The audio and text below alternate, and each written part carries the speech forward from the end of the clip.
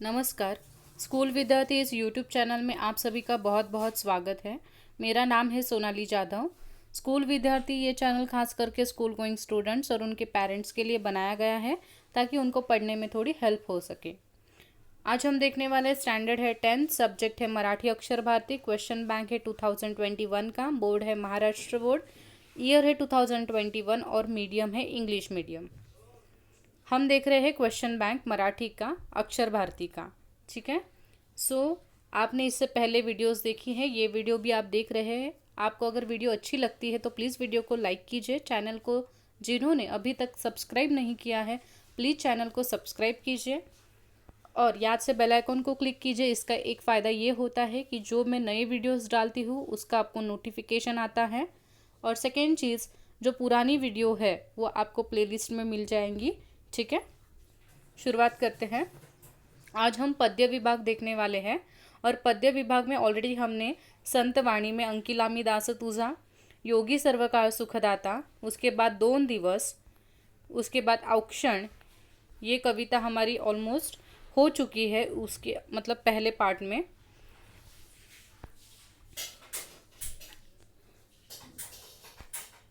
एक minute.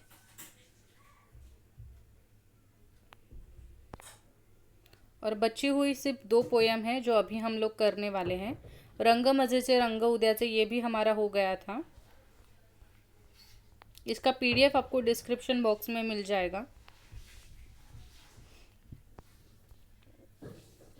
Okay, अभी ये हमारा लास्ट है इस पोयम का वीडियो और आज के दिन का भी।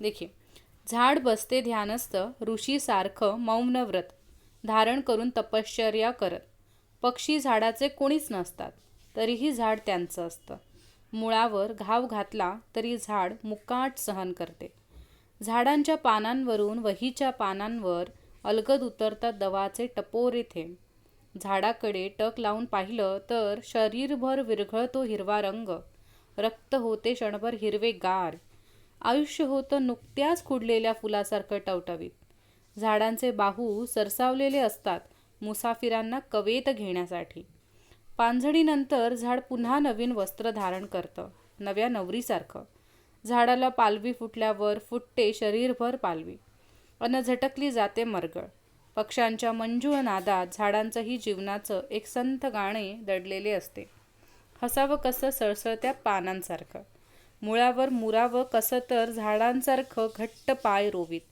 जगावं कसं तर हिरवगार झाडासारखं, रोजच चिंतन करावं कसं तर झाडासारखं। ये आपकी पोयम है। इसका अगर आपको मीनिंग चाहिए, समझना है तो इसके लिए ऑलरेडी वीडियो बन चुकी है, तो आप मीनिंग वाली जो वीडियो है कविता का वो आप देख लीजिए, प्लेलिस्ट में आपको मिल जाएगा। हिरवगार झाडासारखं, पहला क्वेश्चन है कवि ने झाडाचे केलेले वर्णन। ये तो पहले ही लाइन में किया है कि कवि ने पेड़ का वर्णन कैसे किया है। तो एक तो वो ध्यानस्थ है, ध्यान में बैठा हुआ है, ऋषि जैसा है, ऋषि सारखे, तपश्चर्या करनारे मतलब तपश्चर्या जैसे कर रहा है, और मौन व्रत धारण करनारे मतलब मौन व्रत जिन्होंने धारण किया है। ये सभी वर्णन पेड़ों के लिए मतलब पेड़ के लिए कवि ने किया है। ठीक है, यहाँ पे देखिए, ध्यानस्थ, ऋषि सारखं मौन व्रत धारण करून तपश्चर्या करत, पहले ही 2 लाइन में आपको इसका वर्णन आया है। आगे जाएंगे। खालील गोष्टी पाहून कवीच्या मनात आलेले विचार, मतलब नीचे दिए गए जो चीज़ें हैं वो पढ़ के वो देख के कवि के मन में क्या विचार आते हैं। हिरवा रंग, हिरवा रंग जेव्हा कवी पाहतो झाडांमधला तेव्हा त्याच्या मनात काय विचार येतो, त्याच्या मनात असा विचार येतो की क्षणात रक्त हिरवेगार होते। हाँ, मतलब क्षण भर में उसका जो खून है वो भी हरे रंग का होता है, ये उसके मन में विचार आता है जब वो हरा रंग देखता है पेड़ का। ठीक है, नेक्स्ट है झाडांचे बाहू, अभी हम पेड़ का चैप्टर ले ही रहे हैं तो हरा कलर ले लेते हैं। ओके, झाडांचे बाहू यानी कि क्या, पेड़ जो होता है उसके बाहू मतलब उसकी ब्रांचेस, टहनियाँ, तो वो देखने के बाद कवि को क्या मन में विचार आता है, मुसाफिरांना कवेत घेण्यासाठी, मुसाफिर यानी की जो भी इंसान उस पेड़ के आजू बाजू से गुजरता है तो उसको जैसे कि आओ आप मेरी छाया में थोड़ी देर विश्राम करो, हाँ, तो ऐसे पेड़ सोचता है. मुसाफिरांना कवेत घेण्यासाठी, कवेत घेणे का मतलब क्या होता है, मिठी मारने, किसी को गले मिलना. ठीक है, और ये आंसर आपको कहाँ पे मिलेंगे, ऊपर मैं आपको बताती हूँ. मुसाफिरांना कवेत घेण्यासाठी, ये ग्रीन पे ग्रीन दिखाई नहीं दे रहा है, जाने दीजिए. मुसाफिरांना कवेत घेण्यासाठी ये पहला है. और हिरवा रंग क्षणभर होते हिरवेगार. ठीक है, आगे यहाँ पे आपको संकल्पना स्पष्ट करनी है. संकल्पना का मतलब होता है कॉन्सेप्ट आपको एक स्पष्ट करना है. दव, व्हॉट इज मीन बाय दव, दव का मतलब क्या, दव म्हणजे नक्की काय, हे तुम्हाला इथे लिहायचं आहे. सो दव को हम लोग इंग्लिश में बोलते हैं ड्यू. ठीक है, ड्यू ड्रॉप्स. मॉर्निंग में जब आप गांव या फिर यहाँ पे भी अभी जहाँ पे आप रहते होंगे तो वहाँ पे आपने ये महसूस किया होता है कि जब जैसे ही ठंडी का मौसम होता है, विंटर होता है, तो आपको मतलब जो टू व्हीलर्स की, बाइक की जो या फिर स्कूटी की जो सीट्स होती है, अगर रात को आप उस पर हाथ थोड़ा रखोगे तो आपको वो गीली गीली महसूस होती है. या फिर अर्ली मॉर्निंग आप जब नीचे उतरते हो तो कुछ चीज़ें आपको गीली गीली महसूस होती है, तो आप सोचते हो बारिश तो नहीं हुई तो ये सीट गीला कैसा है, तो ये ड्यू ड्रॉप्स के वजह से होता है. ड्यू ड्रॉप्स क्यों होते हैं, जब वातावरण में चेंजेस आते हैं, मतलब हॉट और ठंडा, मतलब गर्म और ठंडी हवा जब एक दूसरे के कांटेक्ट में आती है तो वहाँ पे एक छोटे छोटे ड्यू ड्रॉप्स, मतलब एक पानी के छोटे छोटे ड्रॉप्स तैयार होते हैं, तो उसी को मराठी में दव बोला जाता है. ठीक है, वही मैंने आपको यहाँ पे एक्सप्लेन किया है. पहाटेच्या वेळी, पहाट यानी कि अर्ली मॉर्निंग, पहाटेच्या वेळी पाण्याचे थेंब, वनस्पती, लोखंडी वस्तू आणि जमिनीवर दिसतात, यांना दव असे म्हणतात. मैंने सिंपल रखा है सेंटेंस को, डेफिनेशन को, कि आप जब सुबह सुबह उठते हो तो पेड़ों के पत्तों के ऊपर, कोई आयरन की चीज़ है उसके ऊपर, या फिर ज़मीन के ऊपर भी कभी कभी आपको क्या दिखते हैं, पाण्याचे थेंब, वाटर ड्रॉपलेट्स दिखते हैं, आपको पानी की बूंदें दिखाई देती है, उसी को दव बोला जाता है. और वो क्यों, किस कंडीशन में होता है, तो यहाँ पे लिखा है हवेतील बाष्पाचे सांद्रीभवन होते व जलकणांची निर्मिती होते. हाँ, तो यहाँ पे बाष्प का मतलब होता है वेपर. हवा में जो वाटर वेपर होता है तो उसका कंप्रेशन होता है, उसमें कंप्रेशन आ जाता है, उसी को शब्द है सांद्रीभवन, ये ध्यान में रखना है आपको. आणि जलकणांची, जलकणांची मतलब उसी के वजह से क्या होता है, प्रेशर के वजह से वाटर ड्रॉपलेट्स बनते हैं, वाटर ड्रॉप्स बनते हैं, निर्मिती होते, और उसी को दव बोला जाता है. नेक्स्ट है दवामुळे वनस्पति व पिकांना फायदा होतो. और ये जो ड्यू ड्रॉप्स होता है उसका वनस्पति को और जो अन्न धान्य अनाज होता है उसको बहुत ही फ़ायदा होता है, खेती में बहुत ही उसका अच्छा असर पड़ता है. ठीक है, बस इतना ही. एक बार फिर से मराठी में बोल के दिखाती हूँ. पहाटेच्या वेळी पाण्याचे थेंब, वनस्पती, लोखंडी वस्तू किंवा जमिनीवर दिसतात, त्यांना दव असे म्हणतात. हवेतील बाष्पाचे सांद्रीभवन होते व जलकणांची निर्मिती होते. दवामुळे वनस्पती व पिकांना फायदा होतो. क्लियर, आगे जाते हैं. कवितेतील पुढील शब्दांचे अर्थ सांगा. आपको मीनिंग बताना है. गाने का समानार्थी शब्द होता है गीत. झाड़ का ही समानार्थी शब्द होता है वृक्ष. नवरी यानी कि दुल्हन, उसका समानार्थी शब्द होता है वधू. ठीक है, और नेक्स्ट है पक्षी का समानार्थी शब्द होता है खग. किसी ने मुझे कमेंट सेक्शन में ये क्वेश्चन डाला था और उसका आंसर उनको चाहिए था, तो इस वीडियो में मतलब अभी मैं इसका आंसर आपको बता रही हूँ. अलगद उतरता दवाचे टपोरे थेंब. अलगद का मतलब होता है एकदम very softly, very slowly. Okay, slowly उतरतात मतलब फ्लो होते हैं नीचे, हाँ, डाउनवर्ड साइड वो फ्लो होते हैं. कौन फ्लो होते हैं, दवाचे टपोरे थेंब. जो ड्यू ड्रॉप्स होते हैं वो धीरे धीरे धीरे डाउनवर्थ मतलब नीचे की साइड पे गिर जाते हैं. तो इसका आपको विचार सौंदर्य यानी कि काव्य सौंदर्य आपको बताना है. तो पहले हम लोग कविता के बारे में लिखेंगे. तो देखिए, हिरवगार झाडासारखं या कवितेत कवी जॉर्ज लोपिस आपल्याला झाडांचे अनेक गुण सांगतात। पूरी जो कविता है वो पेड़ों के ही बारे में है, ठीक है। कवि का नाम ध्यान में रखिए, जॉर्ज लोपिस है। वो क्या कर रहे हैं इस कविता में, पेड़ों के बारे में, पेड़ों के गुणों के बारे में बता रहे हैं। त्यापैकीच एक उदाहरण हे आहे, मतलब वो सब बातें जो आपको बता रहे हैं पेड़ों के बारे में, तो उनमें से ही एक ये चीज़ भी बता रहे हैं। ये चीज़ मतलब कौन सी चीज़, ये लाइन के बारे में हमें बोलना है।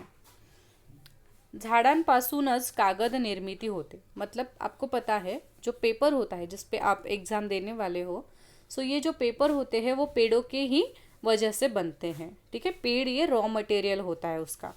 इथे कवी झाडाच्या पानांची तुलना वहीच्या पानांची करत आहेत। तो जो हमारे कवि है वो ऐसा इमेजिन कर रहे हैं कि झाड़ पे जैसे पत्ते होते हैं, पेड़ पे जैसे पत्ते होते हैं पेड़ के, तो वही पत्ते कन्वर्ट होके आपके नोटबुक के पन्ने बन जाते हैं, ठीक है। सो कवि यहाँ पे ऐसे सोच रहा है कि पेड़ के जैसे ही पत्ते होते हैं वैसे ही उनकी तुलना कवि किससे करता है, आपके नोटबुक के पन्नों से, ठीक है। पत्ता और पन्ना इनको वो सिमिलर मान रहा है यहाँ पे। ज्याप्रमाणे सकाळी झाडांच्या पानांवर थंड वातावरणामुळे दवाचे जलबिंदू असतात, मतलब जैसे जैसे सुबह सुबह सुबह पेड़ के पत्तों पर ड्यू ड्रॉप्स होते हैं, ठीक है, दवा बिंदु होते हैं, ठीक उसी ही तरह जो नोटबुक का पन्ना होता है उस पे क्या होता है बताइए, उस पे आपके मोती जैसे अक्षर होते हैं, आपका हैंडराइटिंग होता है। तो यहाँ पे कवि क्या बोल रहा है, जैसे पेड़ों के पत्तों पे ड्यू ड्रॉप्स होते हैं, दवा बिंदु होते हैं, वैसे ही आपके नोटबुक वहीच्या पानावर, आपके नोटबुक के पन्ने पर आपके मोती जैसे सुंदर सुंदर अक्षर उतर जाते हैं, ठीक आहे। त्याचप्रमाणे झाडांपासूनच बनलेल्या त्या वहीच्या पानांवर अक्षरे असतात। जणू झाडाच्या पानांवरील दवबिंदू वहीवर अक्षरे बनूनच उतरतात, अशी सुरेख कल्पना कवि इथे करत आहे। मतलब यहाँ पे इतनी सुंदर कल्पना कर रहे हैं जॉर्ज लोपिस, मतलब हमारे पोयम के कवि, कि जैसे वो ऐसे इमेजिन कर रहे हैं कि मानो कि पेड़ के पत्तों के जो दवा बिंदु है वो धीरे धीरे करके नोटबुक जो है उसमें अक्षर बन के उतर गए हैं, ठीक है। मतलब कन्वर्जन हुआ है, पेड़ का पन्ना पेड़ का पत्ता, पत्ते पे दव बिंदु गिरे कहाँ पे, नोटबुक के पेज पे। पेज कहाँ से आया, पेड़ से ही आया, पर पेड़ से जो आया है वो पत्ते से पन्ना बन गया, और दव बिंदु से वो दव बिंदु जब उस नोटबुक के पेज पे पढ़ते हैं यानी कि उसको अक्षर बोला जाता है। तो ऐसे एकदम पोएटिक जोन में उन्होंने वो अच्छे से इमेजिन किया है। तो यहाँ पे मैंने आपको एज इजी एज बताने की कोशिश की है। एक बार मराठी में अच्छे से बताती हूँ क्योंकि आपको आंसर फाइनली मराठी में ही लिखना है। हिरवगार झाडासारखं या कवितेत कवी जॉर्ज लोपिस आपल्याला झाडांचे अनेक गुण सांगतात। त्यापैकीच हे एक उदाहरण आहे। झाडांपासूनच कागदाची निर्मिती होते। इथे कवी झाडांच्या पानांची तुलना वहीच्या पानाशी करत आहे। ज्याप्रमाणे सकाळी झाडाच्या पानावर थंड वातावरणामुळे दवाचे दवबिंदू असतात, जलबिंदू असतात, त्याचप्रमाणे झाडापासून बनलेल्या त्या वहीच्या पानांवर अक्षरे असतात। जणू झाडांच्याच पानांवरील दवबिंदू वहीवर अक्षरे बनून उतरतात, अशी कवी सुरेख कल्पना करत आहे। कळलेलं आहे, एकदम सोपं आहे आणि खूप क्रिएटिव्ह असं थिंकिंग इथे कवीचं आपल्याला दिसून येतं। आगे आगे आपको मुद्द्यांच्या आधारे दिया है, सेम यहाँ पे भी बोला है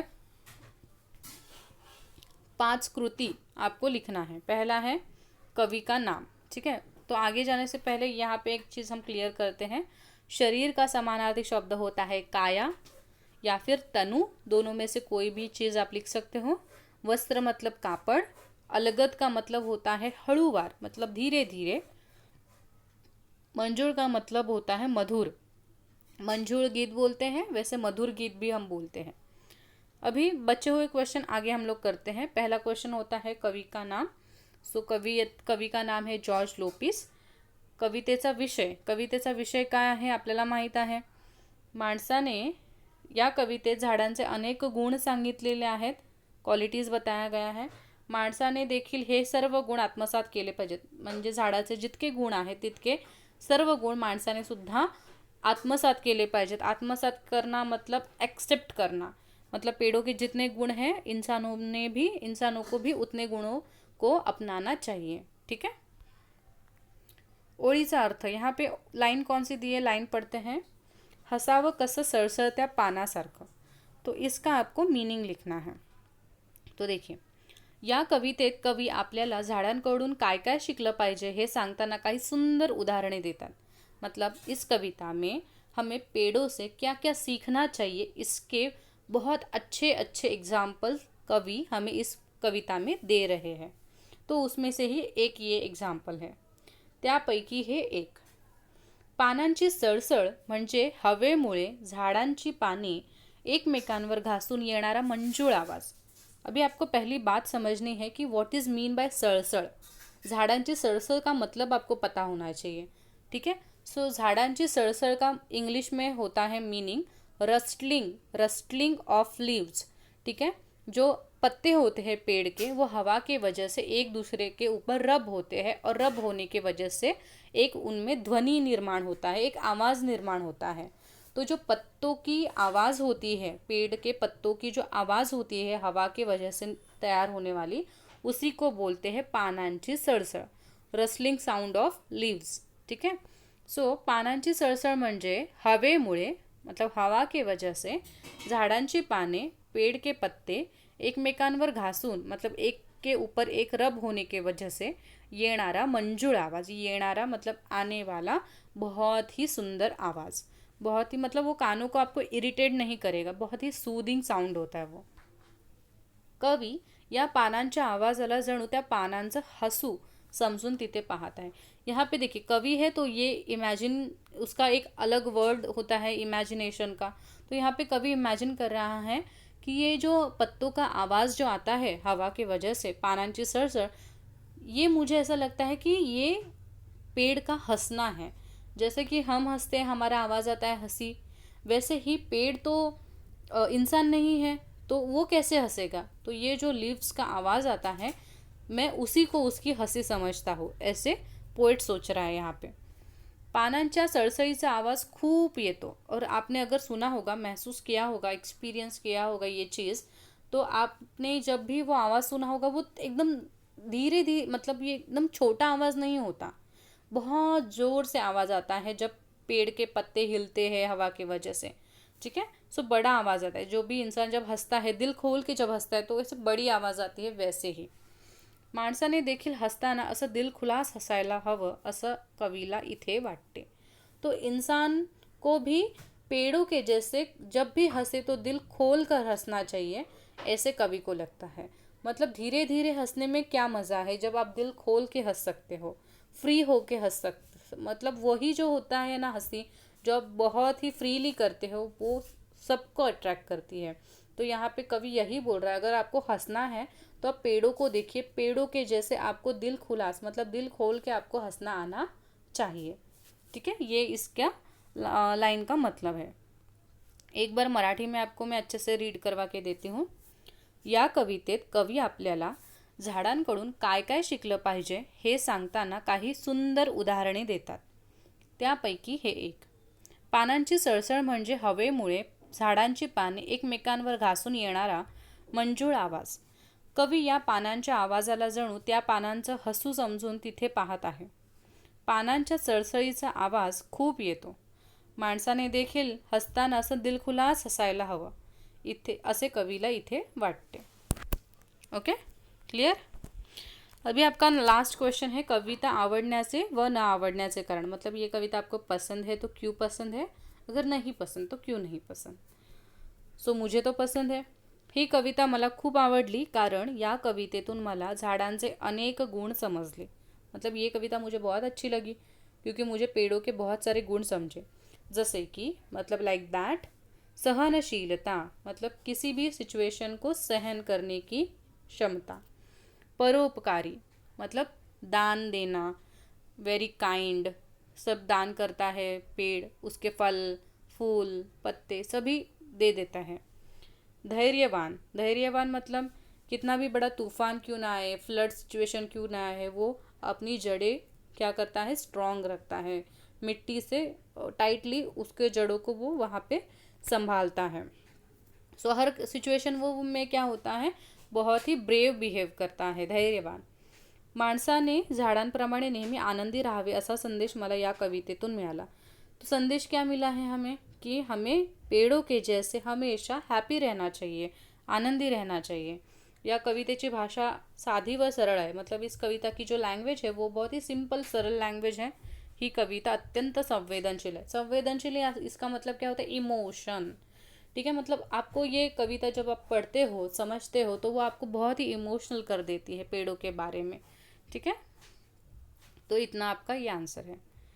नेक्स्ट है आपका और एक क्वेश्चन कि या कवितेतून मिळणारा संदेश, मतलब ये कविता जब आप पढ़ते हो तो आपको क्या संदेश मिलता है। या कवितेत कवी आपल्याला झाडांप्रमाणे जगण्याचा संदेश देतात। यही तो संदेश दे रहे हैं। कवि क्या बोल रहा है हमसे कि आपको पेड़ों के जैसा जीना आना चाहिए, यही संदेश दे रहे हैं। क्यों? क्योंकि झाडांमध्ये अनेक चांगले गुण असतात, जसे की परोपकार वृत्ती, सहनशीलता, स्थिरपणा, एकनिष्ठ राहण्याची वृत्ति इत्यादि। क्यों?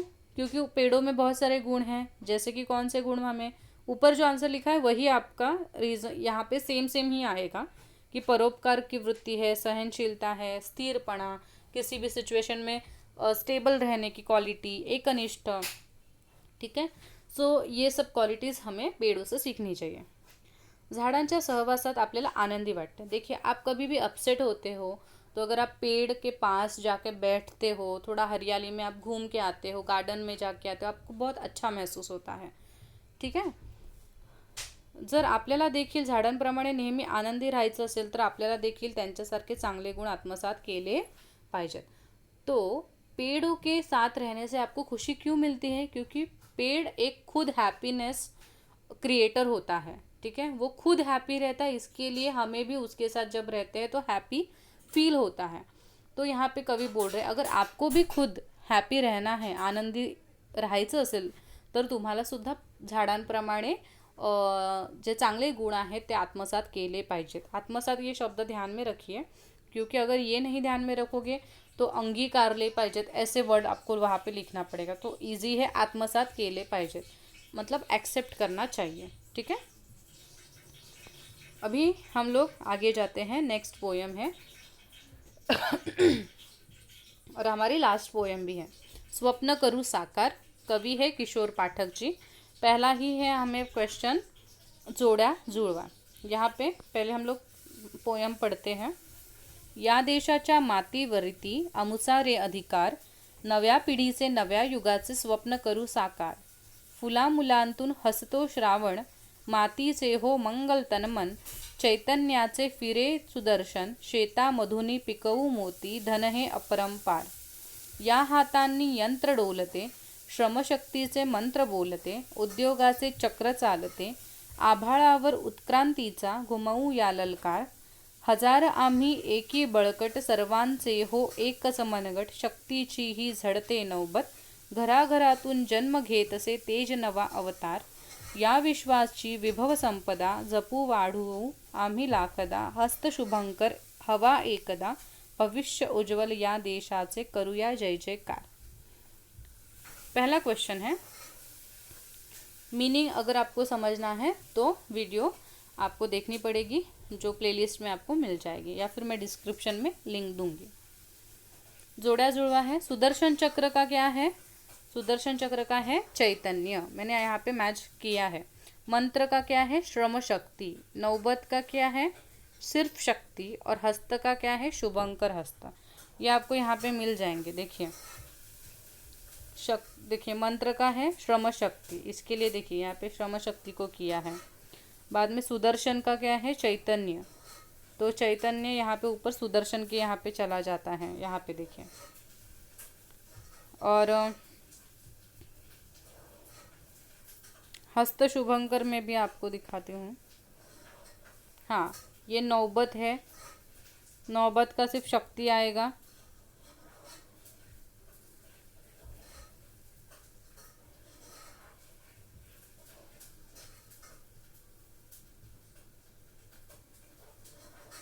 ये शक्तीचे मंत्र, श्रमशक्तीचे, चैतन्याचे, और हस्त का ये शुभंकर। ठीक है, ये सभी आपको यहाँ पे करना है। पहला क्वेश्चन है एका वाक्यात, कोणाचे स्वप्न साकार करायचे आहे? नव्या युगाचे। कोणाचे के जगह पे आप क्या करोगे? नव्या युगाचे स्वप्न साकार करायचे आहे। यहाँ पे देखिए,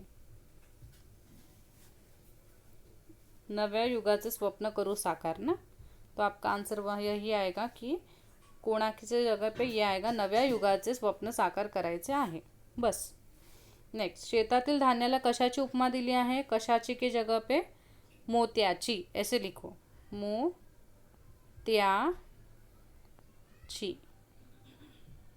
मैंने सिर्फ मोती लिखा है, मोती मत लिखिए। मोत्याची उपमा दिली आहे। ठीक है, कहाँ पे मिलेगा आपको ये?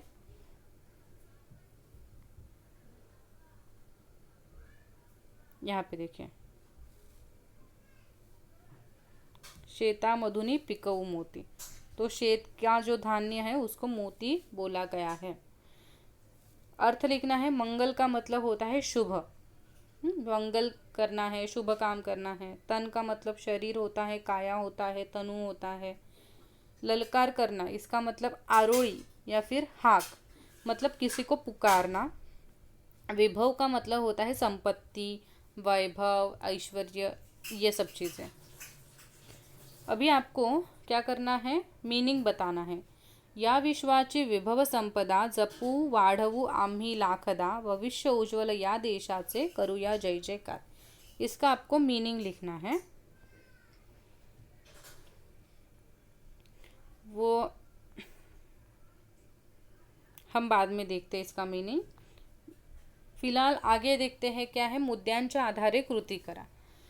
तो मुद्द्यांच्या आधारे कृती करा में पहले आपको शब्दांचा अर्थ देखते हैं। चैतन्य का मतलब होता है चालना। ठीक है, चलना नहीं लिखना है यहाँ पे, चालना। नेक्स्ट है, श्रम का मतलब होता है कष्ट करना। उद्योग मतलब व्यवसाय करना। और उत्क्रांति का मतलब होता है उन्नति करना। ठीक है, चैतन्य यानी कि एक्टिवेट करना, चालना। Okay, activate. इसका ये कंप्लीट कर लेते हैं हम लोग मुद्द्यांच्या आधारे। कवि का नाम है किशोर पाठक। कवितेचा विषय क्या है? इसका स्वप्न करू साकार का। या कवितेत देशाच्या उज्ज्वल भविष्याचे स्वप्न पाहिले आहे। तो ये इस पूरी कविता में भारत देश का, जो उज्ज्वल भारत देश है, उसके भविष्य का सपना देखा गया है। यहाँ पे ओळीचा अर्थ, यहाँ पे जो लाइन दी गई है, या देशाच्या मातीवरती अमुचा रे अधिकार, नव्या पिढीचे नव्या युगाचे स्वप्न करू साकार। तो इसका आपको अर्थ लिखना है। ठीक है, सो देखिए, ही भारतभूमी आमची आहे, या भारतभूमीवर आमचा अधिकार आहे। आमचा या भारतभूमीवर जन्म झाला म्हणून या भारतभूमीवर आमचा अधिकार आहे, एवढं बोलून चालणार नाही। तर आपल्याला आपल्या देशाची जबाबदारी देखील घेतली पाहिजे, हे कवी आपल्याला या कवितेतून सांगत आहे। तो देखिए, सिर्फ हम ऐसे बोलते हैं, ये भारत भूमि हमारी है, ठीक है, और इस पे हमारा अधिकार भी है। और ये भारत भूमि हमारी क्यों है? क्योंकि हमने इस भारत भूमि में जन्म लिया है, तो इसके ऊपर हमारा अधिकार है। सिर्फ ऐसे बोल के चलेगा क्या? नहीं। ओके, एवढं बोलून चालणार नाही, मतलब इतना बोल के सिर्फ नहीं चलता है। तर आपल्याला आपल्या देशाची जबाबदारी देखील घेतली पाहिजे। अगर आप हक जता रहे हो तो आपको उसकी रिस्पॉन्सिबिलिटी भी लेनी चाहिए। करेक्ट, जवाबदारी का मतलब होता है रिस्पॉन्सिबिलिटी, तो आपको आपके देश की रिस्पॉन्सिबिलिटी भी लेनी चाहिए। यही बात आपको कविता में बता रहे हैं। कवि क्या बोल रहे हैं? कारण तुम्हीच या देशाची नवी पिढी आहात, क्योंकि आप ही यंग जनरेशन हो इस भारत देश के। तुम्ही तुमच्या कष्टाने आपल्या नवीन भारत देशाचे स्वप्न पूर्ण करायला हवे। मतलब आप ही आपका हार्डवर्क से, आप ही आपके हार्डवर्क से क्या कर सकते हो? ये नए भारत का सपना आप पूरा कर सकते हो, जो उज्ज्वल भारत का सपना हमने देखा है। ज्ञानाच्या आधारे आपण नव्या युगाची सुरुवात करो। मतलब ज्ञान के आधार पर ही हम क्या करेंगे? एक नए युग की शुरुआत करेंगे। तो यही इस लाइन का मतलब है। या देशाच्या मातीवरती अमुचा रे अधिकार, ये नव्या पीढ़ीचे नव्या युगाचे स्वप्न करू साकार। मतलब इस मिट्टी पे हमारा अधिकार है और नई जनरेशन ही है जो नए युग का सपना साकार कर सकती है। आगे आपको कविता आवडण्याचे व ना आवडण्याचे कारण, मतलब ये कविता आपको पसंद है तो क्यों पसंद है और नहीं है तो क्यों नहीं पसंद है। ठीक है, सो लिखेंगे ही कविता मला खूप आवडली, ये कविता मुझे बहुत अच्छी लगी, कारण या कवितेत कवीने कृषी, श्रम आणि एकता या सर्व मूल्यांचे महत्त्व सांगितलेले आहे। क्योंकि इस कविता में कवि है उन्होंने खेती का महत्व बताया है, उन्होंने श्रम का महत्व बताया है और उन्हें एकता का भी महत्व बताया है। तो ये सब जो मूल्य है उनके बारे में उन्होंने महत्व बताया है। आगे है ही कविता, एक मिनिट, ही कविता भारत देशाचा विकास करण्यासाठी प्रेरणा देते। मतलब ये जो कविता है ये हमें प्रेरणा देती है, इंस्पायर करती है हमारे देश के विकास करने के लिए। या कवितेची भाषा साधी व सरळ आहे। देखिए ये कॉमन पॉइंट है सब में, ठीक है। तो इस कविता की भाषा भी बहुत ही सरल है, बहुत ही सिंपल है। या कवितेत यमक अलंकार वापरलेला आहे, इसमें राइमिंग वर्ड्स यूज़ किए गए हैं आणि त्यामुळे ही कविता गाता देखील येते और इसी के वजह से ये जो कविता है उसको गाया भी जा सकता है विद द रिदम। तो इसके लिए मुझे अच्छी लगती है। ये आपका पर्सनल आंसर होता है, आपको क्यों अच्छी लगती है, आप जो भी है वो बातें बता सकते हो। आगे दिया गया है यहाँ पे संदेश, म्हणजेच या कवितेतून तुम्हाला कोणता संदेश मिळतो, इस कविता से आपको क्या संदेश मिलता है। तो वही ऊपर वाला जो आंसर होता है वही मोस्ट ऑफ नीचे आता है। देखिए या कवितेत कवी भारत देशाच्या सुंदर भविष्याचे स्वप्न बघत आहे। इस कविता का कवि भारत देश के सुंदर भविष्य का सपना देख रहा है। तसेच ते या कवितेतून शेती, श्रम आणि एकतेचे देखील महत्त्व पटवून देत आहेत। उसी तरह से वो कविता में खेती का, श्रम का, एकता का भी महत्त्व आपको बता रहे हैं। ये ऊपर वाला ही सेम पॉइंट कॉपी पेस्ट है। आपल्याला आपल्या देशाचा विकास करायचा असेल तर आपल्या देशातल्या शेतीचा विकास करावा लागेल, क्योंकि हम एग्रीकल्चर ज़्यादा है, हाँ एग्रीकल्चर सेक्टर इंडिया में ज़्यादा है। तो अगर आपके देश का विकास करना है तो आपको खेती का विकास करना पड़ेगा। त्याचप्रमाणे आपल्याला श्रमशक्तीचा वापर करून उद्योगधंदे केले पाहिजे। हमारे यहाँ पे पॉपुलेशन भी ज़्यादा है, लोग ज़्यादा है, तो लोगों में श्रम करने की कैपेसिटी भी ज़्यादा है, ठीक है। तो हमें हमारी लोक संख्या का पॉजिटिव वे में यूज़ करना चाहिए हमें, बराबर। हमारी जो श्रम शक्ति है उसका आपको वापर करना चाहिए, वापर यानी यूज़ करना। और क्या करना चाहिए, उद्योग धंदे केले पाहिजेत, बिझनेस करना चाहिए, व्यापार करना चाहिए लोगों की मदद से। भारत देश हा अनेक धर्म असलेला देश आहे, मतलब भारत देश में बहुत सारे अलग अलग धर्म के लोग रहते हैं, ठीक है। जर आपण विविधतेत एकता याप्रमाणे राहिलो तर नक्कीच आपली प्रगति लवकर होईल। मतलब अगर हम लोग यूनिटी में रहे, ठीक है, डाइवर्सिटी है पर अगर यूनिटी इन डाइवर्सिटी ऐसा अगर हमने कैलकुलेशन किया तो हम सब यूनाइटेड रहेंगे और हम सब लोग बहुत जल्दी प्रगति कर पाएंगे, ठीक है। तो ऐसा संदेश कवि हमें इस कविता के द्वारा दे रहे हैं। तो समझ में आया आपको? ओके। सो यहाँ पे हमारा ये क्वेश्चन बाकी था, पंक्तीतून सूचित होणारा अर्थ, या विश्वाची विभव संपदा जपू वाढवू आम्ही लाखदा, भविष्य उज्ज्वल या देशाचे करू या जय जयकार, ठीक है।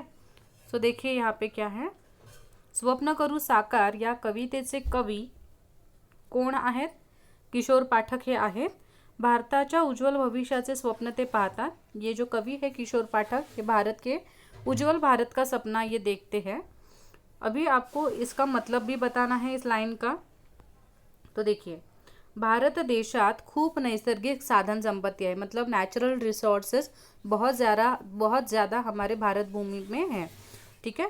या साधन संपत्तीचे आपल्याला रक्षण केले पाहिजे, मतलब ये जो नेचुरल रिसोर्सेस है उनका रक्षण हमें करना चाहिए। ह्या साधन संपत्तीला आपल्याला वाढवले पाहिजे। ये जो हमारे पास ऑलरेडी नेचुरल रिसोर्सेज है उनको हमें क्या करना चाहिए, बढ़ाना चाहिए, उनकी ग्रोथ करनी चाहिए। हां, या भारत देशाचे भविष्य उज्ज्वल केले पाहिजेत। मतलब ये जो नॅचरल रिसोर्सेस है और उसकी सहायता से हमें हमारे भारत देश का नाम और ऊंचा करना चाहिए, असा संदेश कवी नव्या पिढीला या कवितेतून देत आहेत। और ऐसा संदेश जो कवि है वो न्यू जनरेशन को इस कविता के द्वारा दे रहे हैं। ठीक है। यहाँ पे देखिए, विभव संपदा मतलब बहुत सारी संपत्ति है। संपत्ति यानी कि क्या, पैसे के स्वरूप में होती है, ऐसे नॉट नेसेसरी। विभव संपदा यानी कि नेचुरल रिसोर्सेज, जैसे कि बहुत सारा पानी है, बहुत सारी धातु है हमारे यहाँ पे, आयरन धातु बहुत ज़्यादा है। तो ये सब हमारा प्रॉपर्टी है जो इनबिल्ट हमारे भारत के जियोग्राफिकल एरिया में बहुत सारे आ जाता है। जपू मतलब उसको आपको संभालना है, उसको आपको इंक्रीज़ करना है। लाखदा मतलब मल्टीपल टाइम्स में आपको उसको इंक्रीज़ करना है। और क्या करना है, भविष्य करना है, उज्जवल भविष्य देश का। तो ये जय जयकार करना है, यही इसका मतलब है। ठीक है। इसका जो PDF है वो डिस्क्रिप्शन बॉक्स में आपको मिलेगा। जो एंडिंग वाला होता है वो इसका ओरिजिनल मतलब ये इस वीडियो का होता है। उसके पहले जो PDF होते हैं वो क्वेश्चन बैंक के कंटिन्यू PDF में आपको देती है, 1 2 3 4 5 6। तो इसका जो PDF होता है चालू वीडियो का, वो सबसे एंडिंग में हो जाता है। ठीक है। और इस तरह से हमारा पद्य विभाग आज कंप्लीट हो गया है। अभी हमारा स्थूल वाचन है जो कि नेक्स्ट वीडियो आपका बनेगा। स्थूल वाचन मैंने देखा है मोस्ट ऑफ सभी स्थूल वाचन आपको टेक्सचुअल नहीं दिए गए हैं, टेक्स्ट में से आपको लिखना है सोच समझ के। मैं कोशिश करूँगी कि कल आपको वीडियो मिल जाए, क्योंकि मुझे भी वो आंसर को प्रिपेयर करना है। तो अगर वैसा पॉसिबल नहीं होगा तो कल मैं आपको ग्रामर सेक्शन का एक वीडियो अपलोड करूँगी, और स्थूल वाचन का अगर हो गया तो स्थूल वाचन का भी अपलोड कर दूँगी। ठीक है। Thank you so much for loving me and supporting me. आपके बहुत अच्छे अच्छे कमेंट्स आते हैं, thank you so much for that. और वीडियो को आपका इतना प्यार मिलता है तो प्लीज़ वीडियो को लाइक कीजिए। चैनल को जिन्होंने अभी तक सब्सक्राइब नहीं किया है तो ये फ्री ऑफ कॉस्ट है, आप चैनल को सब्सक्राइब कीजिए। और सबसे मोस्ट इम्पॉर्टेंट थिंग कि जितने भी आपके दोस्त हैं, आपके ग्रुप्स हैं, उनके साथ आप वीडियो ज़रूर शेयर कीजिए। डोंट बी सेल्फिश कि नहीं मुझे मिला है तो मैं ही कर लेता हूँ, मुझे क्या ज़रूरत है किसी को बताने की। ऐसा प्लीज़ मत कीजिए, क्योंकि ये बहुत ही हाई टाइम है, सभी बच्चों को नीड है इस चीज़ की। तो अगर आपके फ्रेंड्स को आप देते हो तो उसके लिए वो बहुत ही हेल्पफुल चीज़ होगी। ज़्यादा से ज़्यादा आपके फ्रेंड्स रिश्तेदार के साथ ये वीडियो शेयर कीजिए। Thank you so much.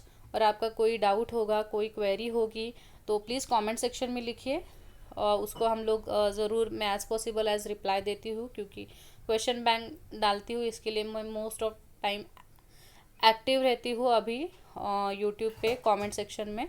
तो मैं आपको जल्द से जल्द रिप्लाई देती हूँ। अगर क्वेश्चन बड़ा है तो आप मुझे मेल कर सकते हैं, मेरा मेल ID भी डिस्क्रिप्शन में दिया होता है। Thank you so much.